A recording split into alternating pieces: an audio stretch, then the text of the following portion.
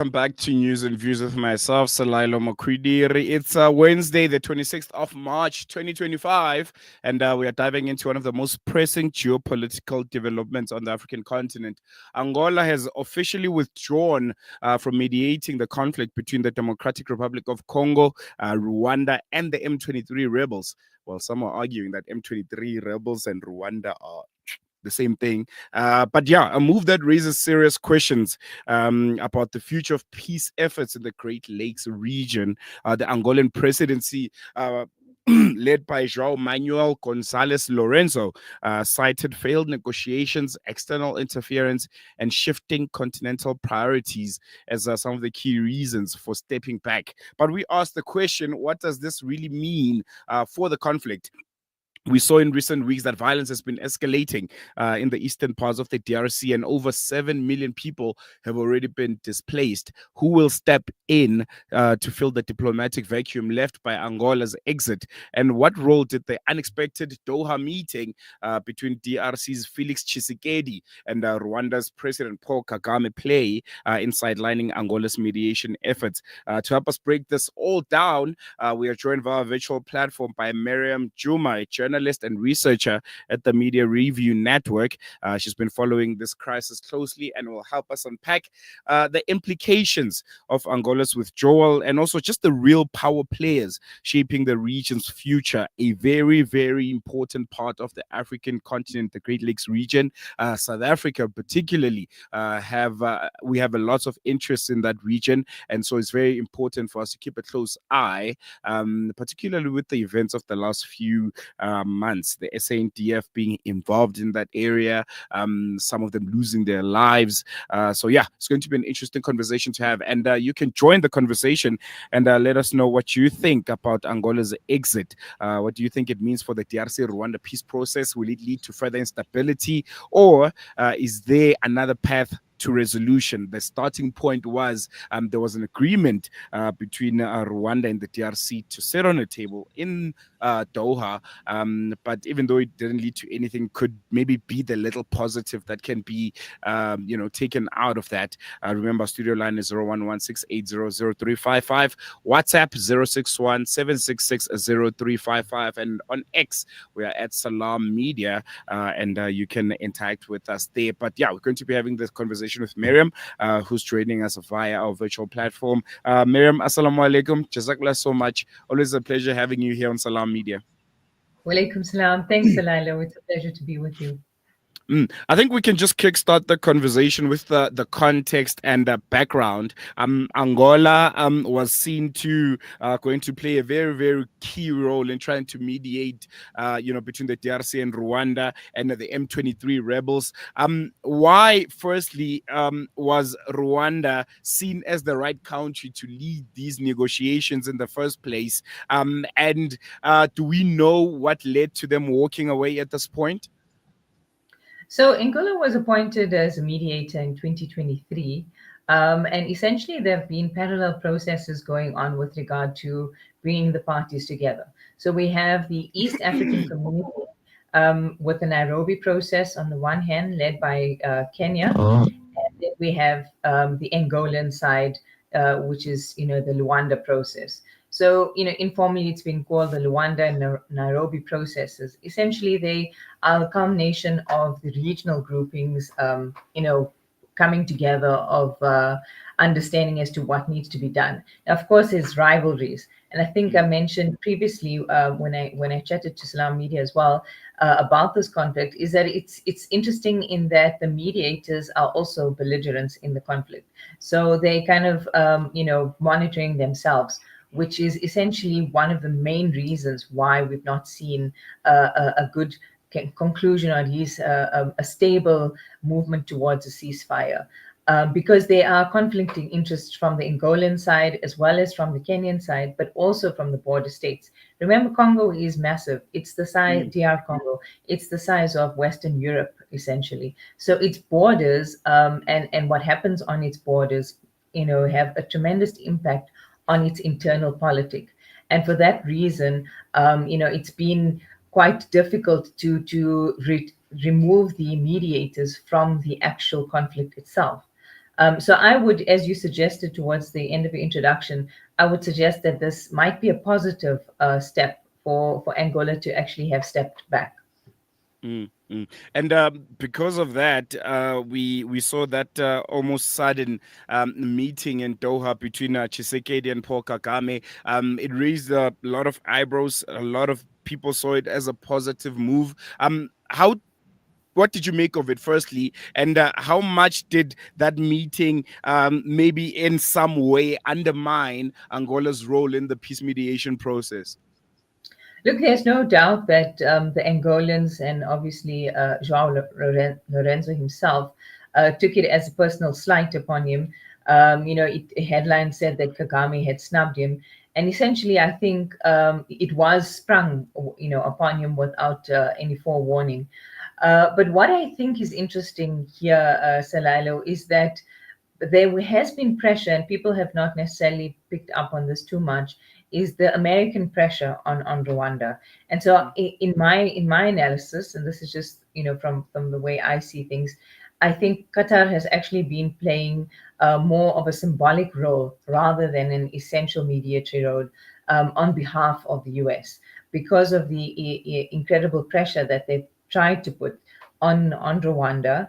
And Rwanda has been feeling the heat. But remember, Qatar has incredible amount of investments in Qatar and increasingly amount of investments in the DRC. Mm, So while the African mediators are involved militarily and also economically, we have Qatar, that's a new mediator that also has interests.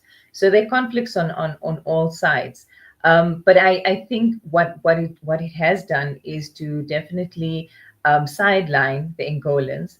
But importantly, as I say, I think it's symbolic and it's not necessarily substantive. And why I say that is because the outcome of the meeting in Doha, both Tshisekedi and Kagame issued separate statements. So while there was one communique saying that they supported the SADC and the East African community's previous efforts, they both gave two different reports as to what needs to be done. So essentially this shows again that there isn't any convergence of a mutual agreement. They're still very divergent in what they want to achieve and how they want to achieve it. So Qatar's bringing together of the two, in my view, could mm, be almost just a pause, a lull, in order to keep the Americans quiet for a while, but also for Qatar to present itself as as a regional or a how would you say a benign mediator when it does actually have a lot of economic interest. mm, mm. As you're speaking, I'm just thinking to myself, with so many, parties involved. You have the SADC region, which tried with the peace mediation processes, and you have the Great Lakes region, also heavily involved. You have the likes of the US and Qatar also involved. Does this not maybe affect the negotiation process itself, because it feels like you don't have one unilateral body or approach to the DRC-Rwanda M23 conflict, and there's just a lot of talks happening everywhere, and all of them don't seem to be coming to anything. Yes, yes, completely. And I think as we suggested also is that because of its actual land mass, what Mm, happens in Eastern Congo can be completely disconnected from what happens in Kinshasa.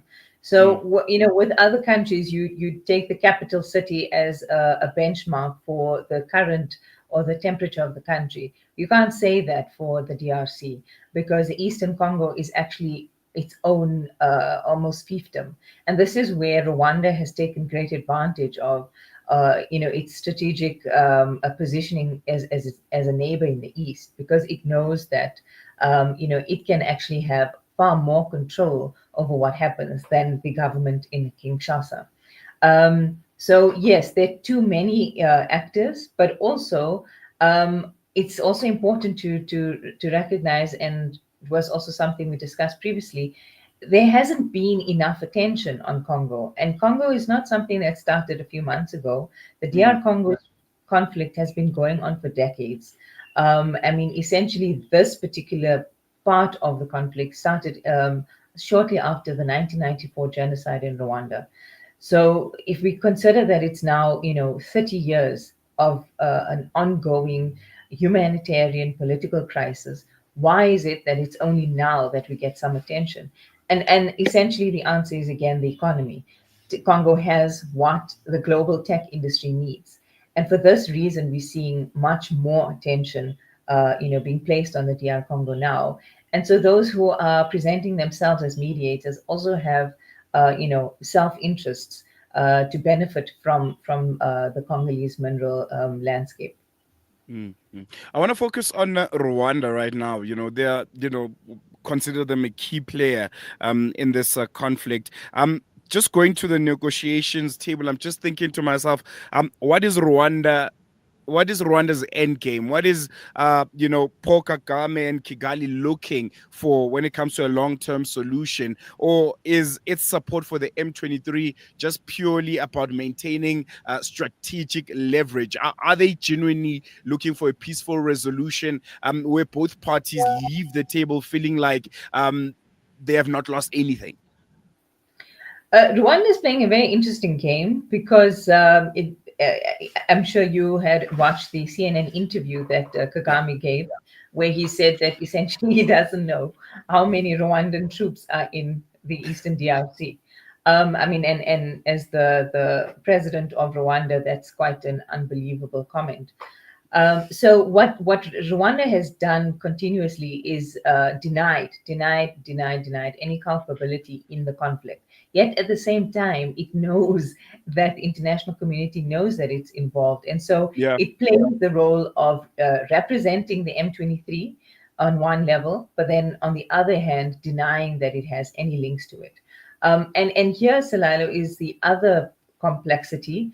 The M23 are not just a homogenous bunch of or an army. They are made up of over 200 different armed groups, and that's an estimation. So you have groups that are aligned with Rwanda and groups that have their own self-interest, and then you have those that are just simply there as mercenaries. And we know that the interests of Russia and China and several other countries have also been coming to the fore through the activities of mercenaries. So it's an extremely complex landscape. But coming back to your question, what does Rwanda actually want? Rwanda has, despite the ceasefire that was agreed to in Doha, has actually now backed the M23 to take over the northern Kivu district capital of Walikale. And Walikale is, extremely important because it offers, a base for any kind of movement into the tin and tantalum and ore mining landscape that is very close by to Walikale, and their Canadian interests and so on there. So what Rwanda wants to do at the moment is to prolong this negotiation process for as long as it can, to actually put facts on the ground. So where people have said is Rwanda acts like the Israel of Africa, I Mm-hmm. would agree, because that is the strategy that the Zionists use in Palestine as well. As soon as you establish your presence there, you make yourself felt, and you then put down some kind of semi-formal, administrative structures, and that essentially gives you more bargaining power.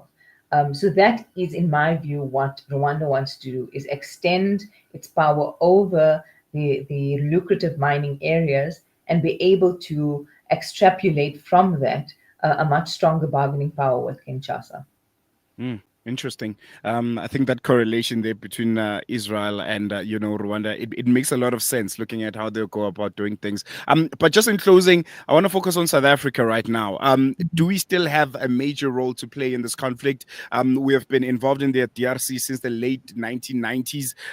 We have lost troops there. We are almost interconnected with the issue in the DRC. But I think recently we saw the SADC mission pulling out and some troops coming back. Are we still going to see South Africa heavily invested, heavily focused on what's happening in the DRC, or there's almost, maybe we should let this one go approach? I think South Africa has suffered an incredible loss of prestige or status, and if one would say maybe they didn't have that to begin with, but there has been a compromising, element as to how neutral we are in this conflict, because essentially South Africa has been supporting the DRC government, and as having troops on the ground already, your political mediation is then not disconnected from what happens, on the fighting level. So I think South Africa would do well to stay to keep its distance, and actually allow for the international. And here, when we say international, we don't necessarily mean Western, because that hasn't always worked in the favor of Africa, but for an externally led process of intervention or mediation, um, and allow actually the belligerents to come, to their own agreements. I think South Africa, unfortunately, has overstretched itself diplomatically. Whereas, there are other issues, for example, Mozambique, that's right on our doorstep, that I think we have not necessarily taken sufficient and decisive action on. So there are issues around the SADC region that do require our attention, that could be better placed, rather than DRC. All right. I think we're going to leave on that note, Miriam. Thank you so much for chatting to us. Always a pleasure. And yeah, very, very valuable insights. They really appreciate it. Thank you so much, Salilo. Have a good day. You too. There we go. That was Mariam Jooma. I think, yeah, really unpacking the DRC and the Great Lakes region conflict. Well, this new chapter that we're seemingly in, and, negotiations and talks happening all over the place, but doesn't look like any of them are yielding any kind of progress. So, yeah, it's going to be interesting to see how the next few months are going to go by. South Africa's involvement, how we involved in that region. Are we going to be stepping away? Should we be focusing more on the region? SADC, maybe, as Miriam mentioned there, Mozambique, there's a lot happening in that part of the world. And maybe that's where our focus should be. Maybe South Africa needs to recognize that on the international stage, maybe on Africa, that play the big brother role, factor that we've always had. It's kind of faded away a bit. And maybe it's more important to focus internally, closer to the region, rather than extending yourself. And sometimes even looking like you're embarrassing yourself on the international global stage, man. Some things are, it just looks like South Africa doesn't have a grip on them. And yeah, it'll be interesting to see how Pretoria reacts to all of this, and how heavy our involvement is going to be in the DRC. And also the stepping away of Angola, would it have any kind of impact in this conflict? But my final thought is, we're speaking of, these high cerebral conversations and politics and diplomacy. But at the end of the day, this conflict is more than just, a diplomatic battle. It's about the millions and millions of lives caught in the crossfire. So as Africa grapples with questions of justice, security, and self-determination, we need to recognize that the people that we're talking about, the 7 million that's displaced, the people that are killed almost daily, they should not be reduced to stats. These are human beings, and advocacy and solidarity and the voice of the people of the DRC needs to be amplified like any other people of the world. And most importantly for them is they are here. They are on the African soil. They are on the continent. The DRC is just a few countries away from South Africa. So yeah, we need to recognize that there's a very, very concerning humanitarian crisis unfolding in that part of the world. And you can engage with us. What's your take, particularly on Angola walking away and South Africa? How much do you think we should be involved in this crisis? Should we maybe step away a bit, focus on the internal issues that we have? There's also the issue of America and what's happening in that part of the world. Should we maybe focusing on that, or we have a responsibility on the continent? We might not have wield the same power and influence as we used to, but we're still a big player on the African continent, and we can't let issues like this happen without our involvement. And you can engage with us on our various social media platforms. You can call us on 061-766-0355, and also on our studio line is 011-680-0355. I can see the comment there from Costa T. Who are the South African Zionist businesses who are involved in Congo with Cyril Ramaphosa? Well, there's a lot of them. think a simple Google search will show you that South Africa has heavy investments in the DRC. There's lots of mines that are owned by South Africans. I know Motsepe and Oppenheimers, the Ruperts. There's a lot of South African businesses that are involved in the DRC, and many people are saying, well, that's why we had our troops dying over there. They were not really in peacekeeping missions, but they were just there to protect the interests of South African millionaires and billionaires. Hey, we're going to take a quick break. When we come back, News and Views continues after this.